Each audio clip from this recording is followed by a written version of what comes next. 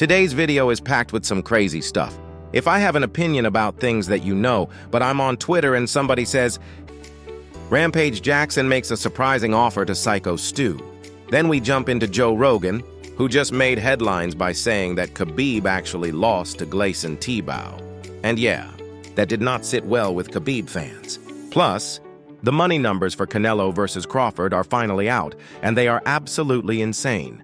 All of that and more. So let's go ahead and get into it. One Contender Series fighter, Steven Aspen, jokingly said that he'd suck Dana White's toes if that's what it took to get into the UFC. Bro, please, I'll do anything. I'll suck your toes, Dana. What's up? We're not sure if Dana was impressed by the offer, but hey, Dana still gave the guy a shot.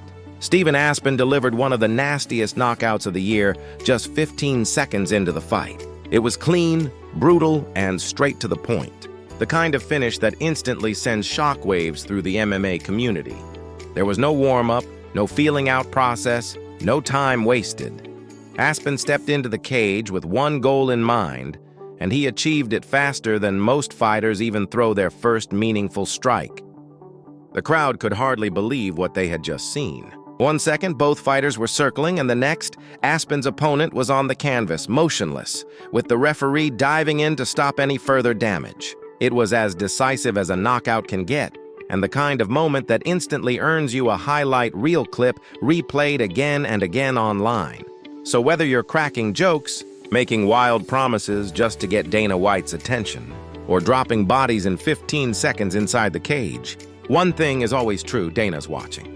The UFC president has a reputation for keeping a close eye on fighters who stand out, whether it's for their personality, their boldness, or their ability to put on an unforgettable performance. For Aspen, the jokes about sucking Dana's toes may have gotten him a laugh from fans online, but it was his ability to deliver violence quickly and decisively that really made people take notice. 15 seconds is all it took for him to prove that he's not just another hopeful contender. He's someone capable of ending fights in ways fans remember. And while Aspen's knockout stole the headlines for the night, it wasn't the only story about Dana White making waves. Former UFC champion... From 2010 to 2014, I lived in a one-bedroom studio, and I remember I fought you, and Dana gave me a GTR for that fight. I never got nothing. I got lucky. I had to fight you on 1 month's notice after fighting Uriah Faber back-to-back, and they're like, all right, we'll give you a GTR if you do this. And the car itself was more money than I had anywhere near my account my entire life. The car was worth about 6 figures. About 125 grand. And I'm like, do I sell it? Like, there's a lot of money, right?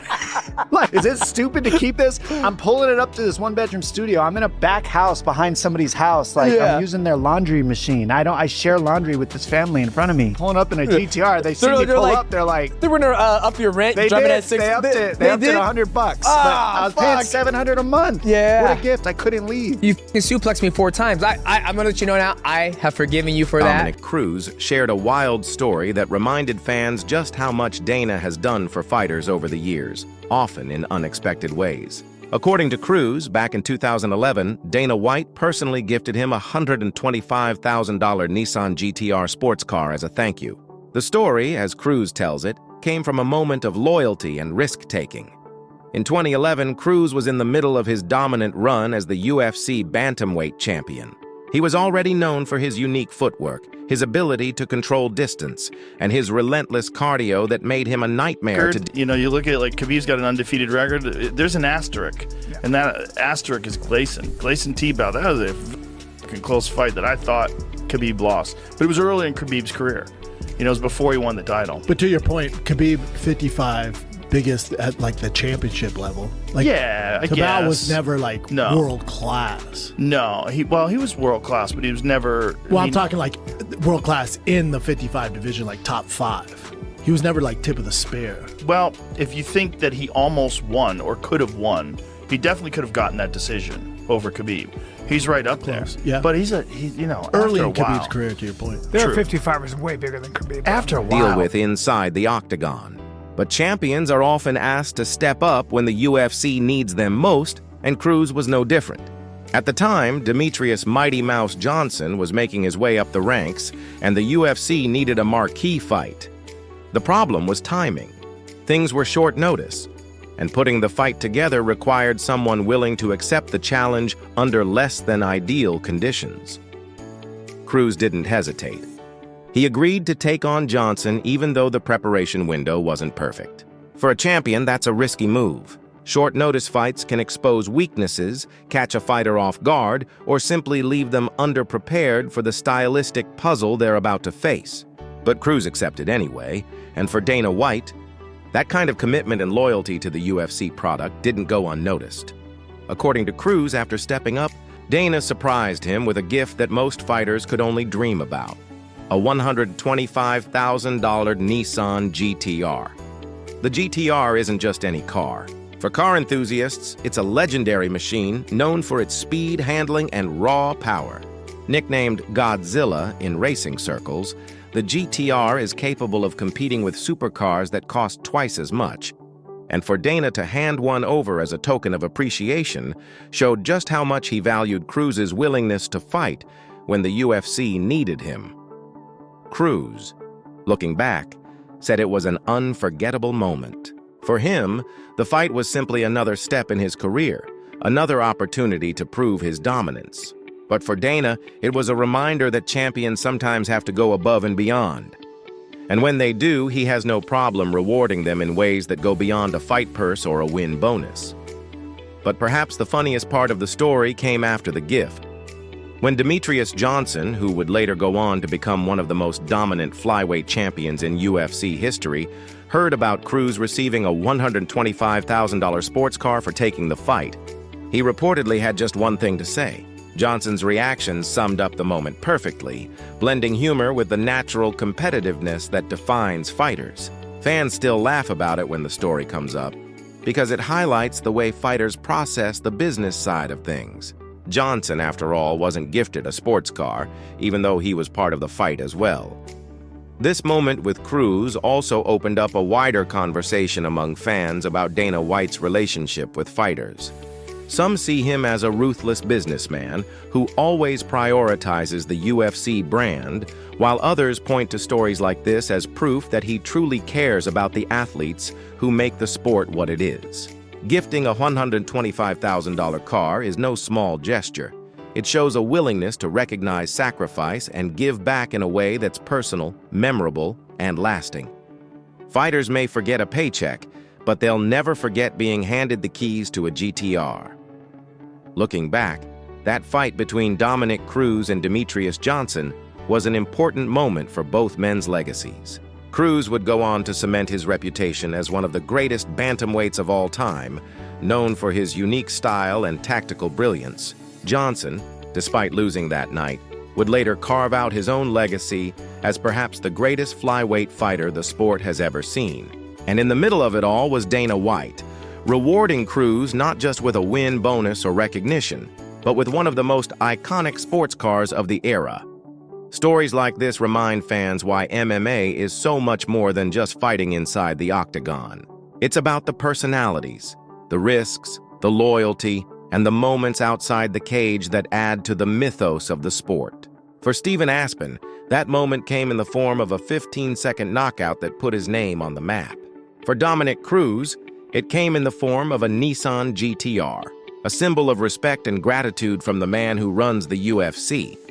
At the end of the day, these stories continue to shape the way fans see fighters and promoters alike. Dana may be a polarizing figure, but whether it's giving a young fighter a chance after a bold joke or rewarding a champion with a six-figure sports car, he finds ways to stay at the center of MMA's wildest stories. And for fans, that's part of what makes the sport so endlessly fascinating. The unpredictability, the drama, and the moments that live far beyond the final bell. Now, the numbers for Canelo Alvarez versus Terence Crawford are finally... Yeah, all right. I'm waiting for him to call me back. Okay, sure thing. Just let me know. Now, whether Stu accepts the offer or not, the moment has already grabbed attention online. Fans are praising Rampage for making such a surprising move. But not everyone is impressed. Some comments read, "Bro thinks doing charity is going to make us forget he raised a murderer." Others said, "That's good. Too much anti-hate." People keep on hating Rampage for no reason even when he does good. Another wrote, You could do some more good by putting your son in jail. Still, there were some positive messages like, "Good work, champ. God bless. Doing God's work." So what do you think about this? Drop your thoughts down in the comments. Rampage Jackson was also shocked when he saw the news of Charlie Kirk's death during a live broadcast. For having an opinion about things, that guy went to colleges and Can I Grab a Camera was having opinions. Sick world we live in. They got to kill them. That's a true animal. That's a true animal. Sean Strickland was one of the first fighters to react. All right, guys. I'm going to ramble on for a sec. Bear with me. But I'm on Twitter and somebody says, "Hey, did you hear that Charlie Kirk got shot?" And my gut reaction was like, no, I didn't, but I'm excited. Like, I felt this little dopamine spike in me where I'm like, dude, I want to see the video. And then I saw the video. Real bad, real bad. But I was still kind of excited from it. Like, oh, I could feel my muscles tensing. And then I start thinking, man, well, what's going to come from this? Was it a shoot? Was it a liberal? Am I going to get more fun? Am I going to get more violence? Let's burn this motherfucker down. I need some excitement.